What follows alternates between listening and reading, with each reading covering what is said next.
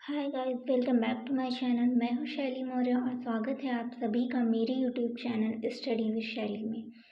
दोस्तों, हमने देखा था अनुवाद की अवधारणा का पार्ट 1, जिसमें हमने अनुवाद की परिभाषा, उसके स्वरूप को देखा था। आज हम इसी का पार्ट 2 लेकर आए हैं, जिसमें हम जानेंगे कि अनुवाद में रोजगार की संभावनाएं क्या क्या हैं।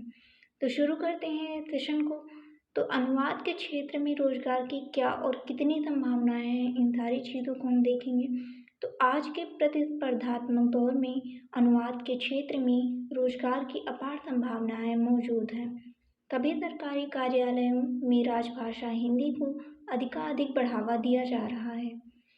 समस्त प्रपत्र, ज्ञापन, परिपत्र, सूचना, अधिसूचना एवं विज्ञापन द्विभाषी अंग्रेजी व हिंदी में जारी किए जाते हैं। आप देखेंगे कि जितने भी विज्ञापन वगैरह जारी किए जाते हैं कार्यालयों में, आज वो 2 भाषाओं में जारी किए जाते हैं, अंग्रेजी और हिंदी दोनों में, जिसके लिए अनुवादक की आवश्यकता पड़ती है। कई प्रपत्रों, अभिलेखों का अंग्रेजी से हिंदी एवं हिंदी से अंग्रेजी में अनुवाद किया जाता है। इसके लिए सरकारी तथा गैर सरकारी संस्थानों में हिंदी अनुवादक की नियुक्ति की जाती है। संसदीय राजभाषा समिति के 9वें खंड की संस्तुतियों पर माननीय राष्ट्रपति जी के आदेश संकल्प के रूप में दिनांक 31 मार्च 2017 को जारी किए गए थे, जिसके संस्तुति संख्या 12 के अनुसार विभिन्न कार्यालयों में राजभाषा संबंधी रिक्त पड़े हुए पदों को अविलंब भरा जाए। संस्तुति संख्या 22 के अनुसार सभी केंद्रीय कार्यालयों में राजभाषा नीति के कार्यान्वयन हेतु क्रम से एक हिंदी पद अवश्य सृजित किया जाए। राजभाषा हिंदी नीति के कार्यान्वयन हेतु न्यूनतम हिंदी पद सृजन की इस अवधारणा को तत्काल लागू किया जाए।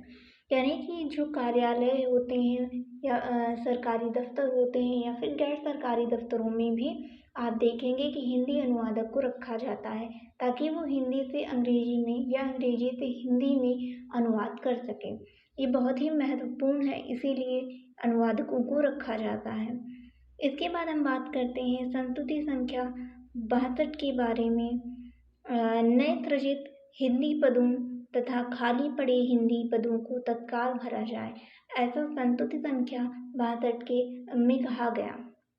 इसके बाद हम देखते हैं संस्तुति संख्या 75 के अनुसार क्या कहा गया। इसके अनुसार विदेश मंत्रालय के विदेशों में स्थित अधीनस्थ कार्यालयों या दूतावासों इत्यादि में हिंदी के पदों का सृजन किया जाना चाहिए।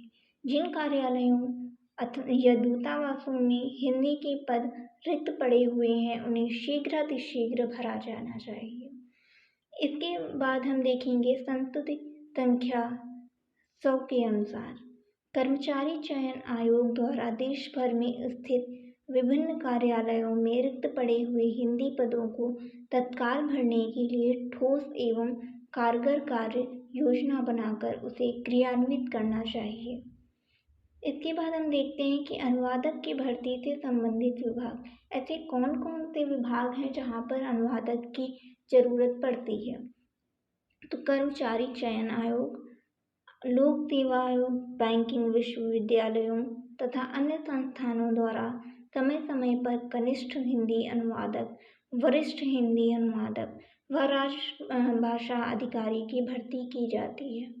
ये इसीलिए भर्तियां की जाती हैं ताकि हम किसी चीज़ का, किसी प्रपत्र का, किसी ज्ञापन का, जो सरकारी कामकाज होते हैं, उन्हें हिंदी से अंग्रेजी या अंग्रेजी से हिंदी में अनुवाद किया जा सके। इसीलिए अनुवादकों की भर्ती की जाती है।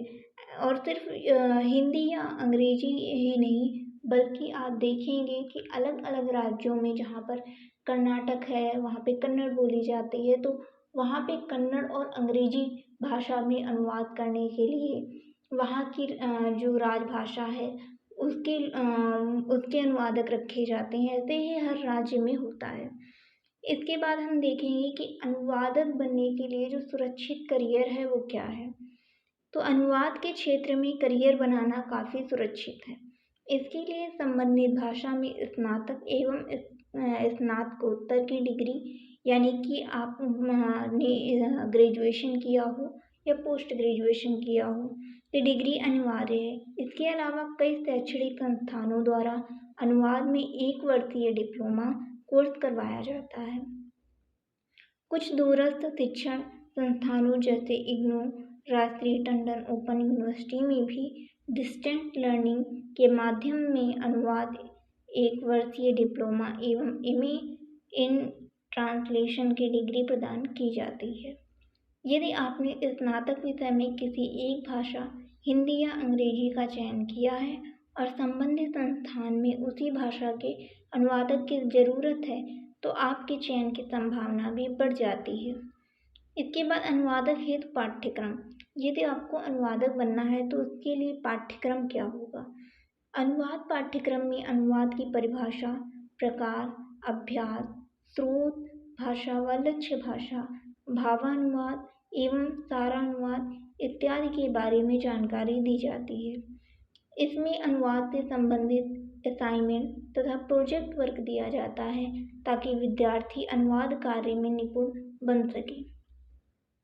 इसके बाद हम देखेंगे ऐसे कौन से सॉफ्टवेयर हैं जो अनुवाद में सहायक होते हैं। अनुवाद कार्य हेतु विभिन्न प्रकार के सॉफ्टवेयर भी आ चुके हैं, जैसे गूगल ट्रांसलेटर, मंत्रा, मशीन ट्रांसलेशन इत्यादि। कई संस्थानों में अनुवाद के क्षेत्र में प्रोजेक्ट चल रहे हैं, जिसके लिए भाषा में योग्यता रखने वालों को नियुक्त किया जाता है। इसके बाद हम देखेंगे परीक्षा का प्रारूप।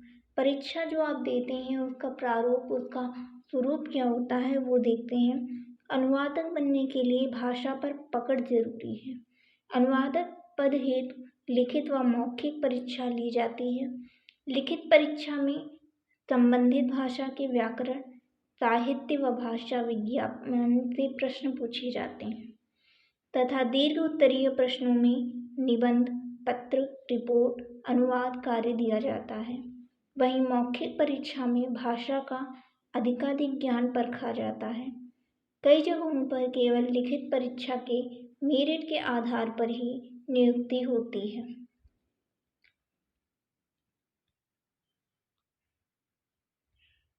इसके बाद हम देखेंगे अनुवाद के क्षेत्र में उज्ज्वल भविष्य।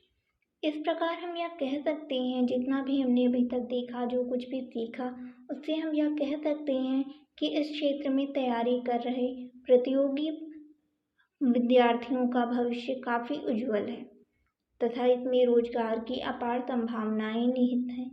आप इस क्षेत्र में अनुवादक, राजभाषा अधिकारी, सहायक निदेशक आदि पदों पर अपनी एक अलग पहचान बना सकते हैं।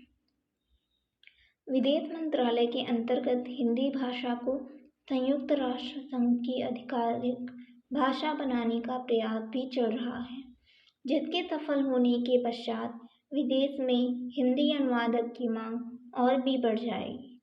तो दोस्तों, यहाँ हमारा समाप्त होता है अनुवाद की अवधारणा का पार्ट 2। तो हम आशा करते हैं कि आपको ये दोनों पार्ट पसंद आए हैं। अगर आपने पार्ट 1 नहीं देखा है तो प्लीज़ उसे ज़रूर देखें और उसे समझें। इस वीडियो को देखने के लिए आप सभी का धन्यवाद।